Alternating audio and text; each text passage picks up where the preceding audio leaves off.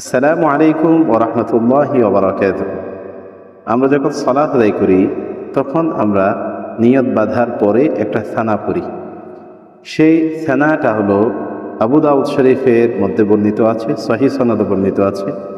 সুবহানাকা আল্লাহুম্মা ওয়া বিহামদিকা ওয়া তাবারাকা ইসমুকা ওয়া তাআলা জাদ্দুকা ওয়া লা ইলাহা গায়রুক। এর অর্থ হলো, পবিত্রতা ঘোষণা করছি হে আল্লাহ তোমার, ওয়া বিহামদিকা এবং প্রশংসা ঘোষণা করছি তোমার, ওয়া তাআলা জাদ্দুকা অতি মহান তুমি, ওয়া লা ইলাহা গায়রুকা তুমি ছাড়া অন্য কোনো ইলাহ নেই। নবী করিম সাল্লাল্লাহু আলাইহি ওয়াসাল্লাম এটা ছাড়া আরও অনেকগুলো সানা পড়তেন। তার মধ্যে মুসলিম শরীফে বর্ণিত একটা সানা আছে, খুবই চমৎকার একটা সানা।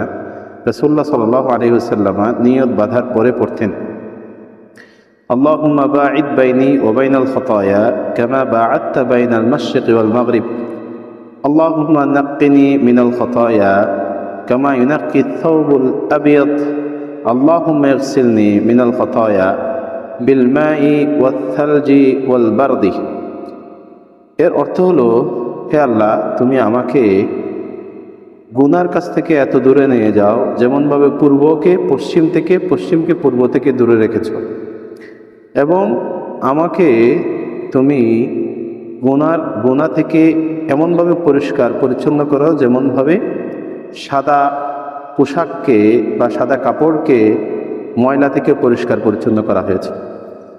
আমার গুনাহ থেকে তুমি আমাকে এমনভাবে ধৌত করো যেন বরফ, পানি এবং শিশির দ্বারা ধৌত করা হয়, অর্থাৎ আমাকে তুমি আমার হৃদয়কে প্রশান্ত করো, শান্ত করো।